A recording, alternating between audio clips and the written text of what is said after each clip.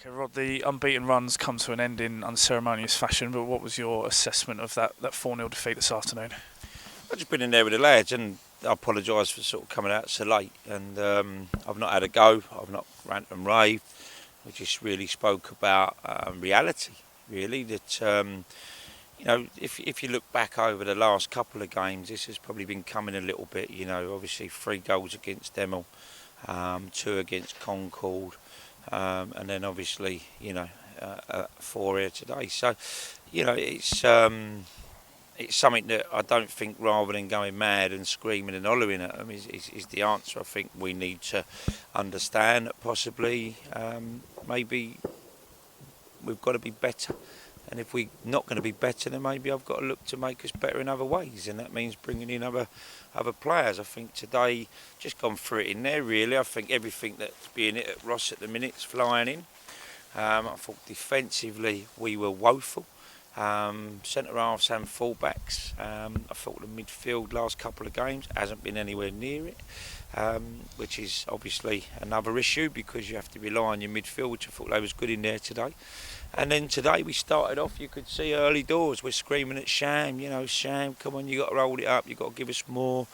He just looked totally, as I said to him in there, as if he's sort of nothing that I've seen all season. So there is alarm bells ringing, I'm not going to lie, and it's down to me to rectify them. That's my job. And I just said to the boys in there, for the ones who are outside the squad and whatever, and the ones on the bench today, then we'll probably have a look at something different on Tuesday, and then make my assessment for next Saturday. So we have to be harsh on ourselves because, as I say, the supporters have been fantastic here today. They've travelled all this way down. One of them's done 120 miles on a bike. I'm aware of that. They're aware of that. So from my point of view, all I've got to say is, well, listen, it was a bad day at the office. It was a little bit unfortunate that it's ended on such a poor performance on our unbeaten run. It was going to happen at some stage. Our last 2 games before that, we haven't been great. So it's something that's just been a little bit of a domino effect, if you like. But, one thing about me and Nick, we identify what we need, and either the players then step back up to the plate, or we change personnel. It's as simple as that. I'm not going to get frustrated over it. I'm not going to go in there and lose the plot. I felt you looked at them today. I felt their back 4 done very well. I thought their goalkeeper looked composed in everything he had to do. For the little bits and pieces that we hit the post. Linesman give offside anyway, so I'd rather it hit the post and gone in because I'd have been disappointed with that. And then I think Robbie had a good free kick in the first half, and we had a couple of crosses in the second half that if someone was a little bit braver we might have got on the end of. But we huffed and puffed. We were nowhere near as good as Poole today. I felt their centre forward up top, the 9. I felt the 10 and the 8 right away through the spine was better than us. I felt their centre half dominated our forwards. And, just over round the park, they looked hungry. And I think as the goals started flying in, they looked even more confident. So, I've got to say good luck to them. It's probably one of the better sides that I've seen this year. I thought they were very composed in play. I thought their movement was good. And as you say, the centre forward played up top on his own, the lad on loan from Bournemouth. And I just said to my 2 centre forwards, if you think you've done well this season, that's a proper centre forwards act. That's what he showed us today, his movement, the way he just retained the ball, his work rate, he looked so composed. Sham today, everything bounced off of him. Jeffers was hit and miss. Elliott, we played out wide because we wanted to keep a 4-4-2. And obviously Baggers is injured, so we just felt we'd go with that. But overall, it wasn't a good debut from Elliott, and it wasn't a good day at the office for ourselves. So we have to look at it and go again for Tuesday. You've touched upon it a couple of times there about the number of goals we've conceded in the last 3 games. It's now 10 goals in the last 3 games, 4 against Hemel, 2 against Concord and 4 today. Must be a huge concern. Yeah, I mean, it's, look, as I said to the boys in there, it's not pretty. We know that. Today, I think you can see, I thought, as I just said, I'm not going to keep going over about individuals and how poor we was. We were very poor, very poor. Don't think we've been anywhere near as poor as that all season. Even against the Hemel, their goals were half decent goals. Penalty that they got their 4th with was never a penalty. So today we were just poor, and I've got to put that down, that we were poor. They were very good in and around the box. I thought their goals were quite clinical. And, as someone said, like with a big lad coming off, we knew it won't be long before you started scoring goals. And on his performance today, you can see that he's a good centre forward. With along the fact is, I don't think we were good. So, if you put them two together, then that's why we've conceded 4 goals here today, because we wasn't good defensively. He played very well on the day, so did 2 or 3 of their others.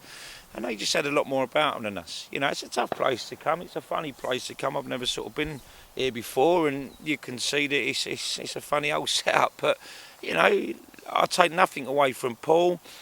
I see that we have problems, and defensively, even with Ross, I'm not really putting any of the goals down to him, but I'm sick and tired of just seeing the ball being sort of hit on target and it's going in one way or the other. So, I don't know. But we'll get it right. I'm confident in that. If it means I've got to get on the phone and try and get 1 or 2 in. What you find this time of the season is players, from what they do at the start of the season to now, this is now winter time. This is now going into these roll your sleeves up months and whatever. And I think we've been very good, as I said to Sham in there, with a bit of sun on your back and whatever. But this is now, it's cold here today, it's who wants it today. I had a couple of players commenting early on about the facilities here. And I said, whoa.